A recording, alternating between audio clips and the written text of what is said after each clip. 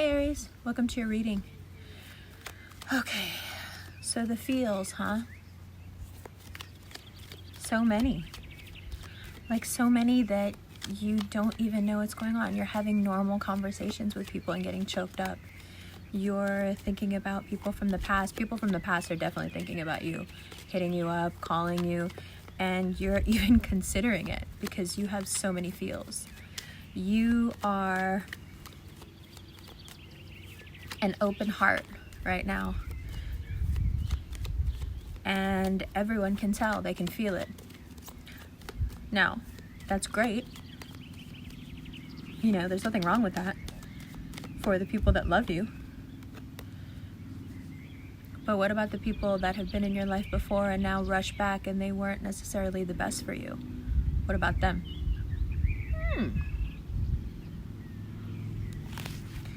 Eight of Wands, King of Pentacles. Those of you who have been dealing with or have dealt with an earth sign in the past just rolled your eyes or yelled at the screen. Both are fine. The point is, the feels are back. And although we know what to do, we may not be doing it. Now, the other way you can look at this is that you have some great ideas for work, for money, but you've got to wait a bit before you can do anything with them. Slow going at the moment. Page of Wands, Knight of Pentacles, King of Cups, and Strength. So all the players return. The earth sign, the fire sign, the water sign. You're very popular. You know, everybody right now is thinking back to the time when that Aries in their life was the center of their life and everyone wants it back. But do you want it back? Or are they just taking advantage of the fact that you have all the feels? This is the question. And only you know the answer. You may want to entertain them. Venus is retrograde after all. Mercury is going to go retrograde after all. As long as you retain your power, which it looks like you will, it doesn't matter. Go for it. Do what you will. No problem. But I think that only happens after you get hit up by all these different people. You start here. Oh, wait. There's another card under here. You start here. Crumbs. So what does that tell me? Last time these people came around, they weren't the nicest to you. But now, all of a sudden, it seems like they can't live without you. They want you back. So I can see where the boost in morale is coming from. Good. And if that's what you're using it for, perfect. Go right ahead. No problem at all. But be careful. Because that scale slides both ways, right? And we know that. Sometimes it makes us feel great. Sometimes not so much. In terms of money, you may be frustrated that the seeds you planted aren't flowering as quickly as you would like. It's the retrogrades, it's not you. It's frustrating. Work is frustrating right now. It will end. By the end of August, things are easier. For you, for everybody, but especially for your finances. So, hold tight. And also that power that you gain throughout June and July, it helps a lot. It doesn't seem like it would help, but energetically, you know, you're putting out the right things.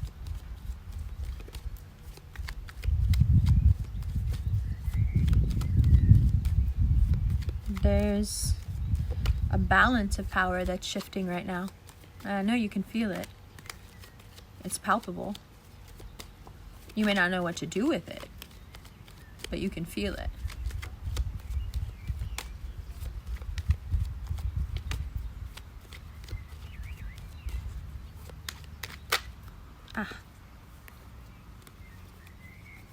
Seven of Cups, Two of Swords, Eight of Cups, Three of Cups. You may not know what to do with it, but you can feel it. The cards say you experience it, you use it for what you can get out of it, and then you let it go. Pretty much what I think too. It's what's best. it seems like it'll confuse you at first. Seven of Cups. You'll deliberate over it. Two of Swords. You'll end up walking away from it because you see how toxic it is and how toxic it was to begin with. So why even go through it? Is it just because the planets are retrograde? No, not really. I think more it's that you can't be done with something until you know the why of it. You know, the best way to trick an Aries into getting stuck on you is making it seem like it was their fault that something ended. So you have a chance now to redeem yourself in your own eyes, and the people coming back into your life, whether they have the best intentions or not, are useful tools for that process. As we round out June and head into July, what you'll find is that where there was once confusion, there will be a lot of clarity. And you've realized by the end of June that, you know what, regardless of how far back that thing goes, it really wasn't my fault. I've been hanging on to this identity of I'm the one that screwed this thing up, but it wasn't my fault. And perhaps you learn it through the dips that you take in the next few weeks where you're dealing with someone that you know you shouldn't deal with and you've known for a while that you shouldn't deal with, and that's fine. But you come out knowing something that's very important for you inside. It makes you stronger, and it makes you more confident, it makes you a better you. And it will teach you that the next time someone tries to blame you for something and make it all your fault, you'll know that the intentions are nefarious, because nothing is ever all one person's fault. But you'll learn it practically in your life through these interactions. There will be a moment where you'll say, oh my God, so that's what it was. It was you? I thought it was me. You made it feel like it was me. It was you the whole time? Okay. And you walk out of June liberated by that, because you're making the right decisions for yourself. And you're not allowing yourself to get stuck in toxic patterns. You may indulge the toxicity, but you won't get stuck there. And I think what you'll also learn is that your feelings and toxicity don't have to be synonymous. You'll learn how to never conflate the two again. It has been that up until now for many of you, and that's because of your experiences that you've had, especially with manipulative people. So a lot of the people that have perhaps already come in since June 5th, since the eclipse, until June 21st, okay, all right, let it be, do what you will. But those last 10 days of June are super important, because you learn minute by minute what to never do again, what actually happened back then, and who you are now because of it, in a good way. So it's very positive. It's just a bit of a feeling roller coaster. Good. It's crazy because it's so full of feeling and so passionate and yet so calm. It's like you see yourself from the outside somehow doing this stuff, but you're also like, I got a plan, I know what I'm doing. Good. I love when Aries know what they're doing, which is most of the time. But when it comes to your feelings, you get pretty tripped up. But don't take it that way this time. This is a moment of true liberation for you and a lot of insight. It's exciting. Let's look at these cards. I love you. Hi, Aries. Welcome to the second part of your reading. Okay. Well, the first part went up on Instagram yesterday, and from the feedback I've gotten from you guys, which I have to tell you, y'all are hilarious. Like, yes, signs get in their feelings about stuff, and yes, you know, now and again, occasionally you have the, oh my God, you're reading me way too much kind of response. Well, often, but the way you respond when you feel read is so funny, because you know it. And instead of denying it, instead of getting mad, instead of being upset about it, you're just like, yeah, that's what I'm doing. All facts, nothing to be ashamed of. And there isn't. And that's good. I'm glad that's what the response is, because the truth is, as long as you're using the experiences that are filtering back into your life for your benefit, for your growth, it doesn't matter. It doesn't matter what anyone else thinks of it. Get ready for the blowback. I will say that, because there will come a point where many people will say, hey, did you just get involved with me again? Or did you just start talking to me again to appease your ego? To which you should aptly respond as an Aries, yeah. So isn't that what you were doing? Isn't that what you were doing? Aren't we doing the same thing? This is the vibe, Aries. This is the vibe, June into July. So let's start. 8 of Wands and the King of Pentacles. I would say this is the vibe for everyone except that Earth sign, because you have feelings for that Earth sign. If you have an Aries Venus, if you have an Aries Mercury, you're definitely still in love. Aries Sun, obviously, still foolishly in love with someone who has decided once again to rush back into your life. And this time, because, again, ironically enough, because you do have such strong feelings for them, this time you're like, Ace of Swords, buddy, we're done. Because it's one thing to run back and forth when you could care less. That's kind of fun. And like I said, it can be a teachable moment. But it's quite another when you have feelings for someone and they jerk you around. So that Earth sign seals their fate by playing one game too many. And you may feel after that set of games like you have been somewhat diminished. That is okay. The fact that the Six of Pentacles was hiding underneath is also, you know, it's the secret pain of feeling like you were treated like you were a charity case or something. Hey, I'm not saying you are. I'm saying you felt treated like, you know, maybe this person comes back into your life and then makes it seem like they were doing you a favor or something, right? Forget about it. Forget about it, because what ends up happening is you use that Ace of Swords, boom, they are diminished to what they should be, where they should be, instead of feeling like they're so much more superior. And yeah, that is that. And good on you, because it's enough, right? And that's ultimately what you discover from the King of Cups and the Leo. It's enough, right? By Leo's season, you've had enough of everybody. But it's only because you regain your power. This foray into the past is for no other reason but for you to remember who you are. And who are you? You're fire, baby. You're cardinal fire. Everybody knows who you are. Nobody needs to ask anybody. They all know.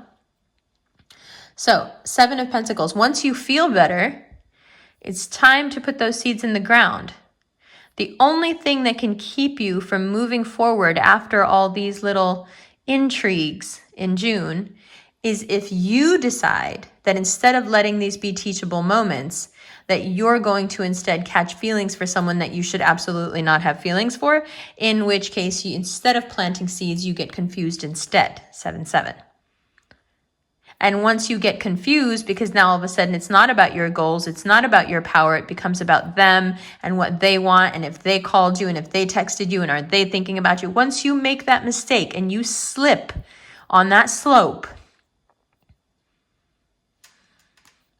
then it becomes much harder to get back up. Then it's Sisyphus. You slip, you're confused, you start questioning yourself, you start vacillating, you end up having to leave the situation anyway because it is not right for you. You are not being treated properly. But in the meantime, you're also tapping into your most toxic traits, which we don't want to do. Why? Why poke a sleeping dragon? It's there. We know it's there. You know it's there. You know it's a part of you. The point is to keep yourself sheltered from needing to tap into this, from doing things that exacerbate the toxic qualities, right? So how do you keep from getting confused and starting this horrible downward spiral? Instead of placing your happiness in any of these people up here, you place it here in your goals, in your dreams, in the things that you wish for. Now, I know that's easier said than done, especially when love is on the table. Romance has the peculiar ability to really rock an Aries. And if you feel like you just can't get anything done right now, or you feel like beating yourself up because how could I let this happen again? And here I am getting ghosted again. Or whatever other myriad reasons you've come up with for beating yourself up for having a heart. Don't do it. It's not worth it. Not only is it not worth it, it's only happening to teach you something. Don't miss the lesson by using yet another tool as a weapon against yourself. Not everything needs to be turned into a knife you stick into yourself. Sometimes a person coming back into your life, a person that's not good enough for you, whatever it is not a reason to beat yourself up. Sometimes it really is a lesson to make you better. But the only way that you can do that, and the only way you can utilize the situation as a lesson, is if you don't immediately jump to judging yourself and beating yourself up. So be grateful. Be grateful for the people coming back in. Be grateful for the idiocy that they bring with them. Be grateful for the insights that it gives you, not just into those previous relationships and what you should never do again, but into how dope you are, that you didn't want that, and that you still don't want it, and that what's really important to you has nothing to do with that, or, to be perfectly honest, nothing to do with romance. Instead, it has everything to do with, oh my God. Whew. I guess you didn't like that. Instead, it has everything to do with power. Your power, personal power. And you're allowed. You're allowed to make your life about personal power. You're allowed to put yourself first that way. You know that, right? Don't feel guilty for not getting stuck in a trap. The only place you need to focus right now is here. All the rest of this is just a lesson. It's a lesson about your own toxic qualities. It's a lesson about others that you've let into your life and how they've added to that toxicity. It's a lesson about how certain things never change. It's a lesson about self-esteem and self-worth and how to retain your personal power and not give it away. And you will learn that, and you are already learning it, and as you learn it, you will plant these seeds and you will remember what I am saying right now. And you will not get confused, and you will not get sidetracked, and you will not start beating yourself up, and you will not make some other person the center of your life. Absolutely not. You will remain in the center of your life. Your goals and dreams, minus everybody else, will stay the center of your life. You will work on that. And then, funnily enough, the things you want will come to you. Or don't, and stay in this cycle. And, well, it's a cycle. It'll just keep going. The cool thing is that right now there's a break in the cycle, and you can jump off this Ferris wheel if you want, this carousel, this Ferris wheel, whatever you want to call it. There is a sweet moment coming up where it's going to stop and you can jump off, and you don't need to be part of this toxicity anymore. So think about it. Okay. So if you would like a recorded personal reading sent to your inbox, there is a Cameo link below. If you would like a one-on-one video chat reading, I've just put up a new date for mid-July. There are 4 slots. There may not be any left, I'm not sure. Please check the Chatalize link below and scroll to page 2. The Vimeo and the Instant Extended are the same. One goes to your inbox and the other you have to log on to Vimeo to view. Also below you will find a link for Quietest Revolution rings, which is a company I started with my best friend Carolina. This is our newest design called The World. This will be available for pre-order soon. And this is the High Priestess, which is an African amethyst. There's also another one this one is on sale now. And the other one that's on sale now is called the Empress, and it is a green onyx. You have perhaps seen me wear it. It's a dark green color. So there it is, Aries. Let's get into your extended right now. Love you.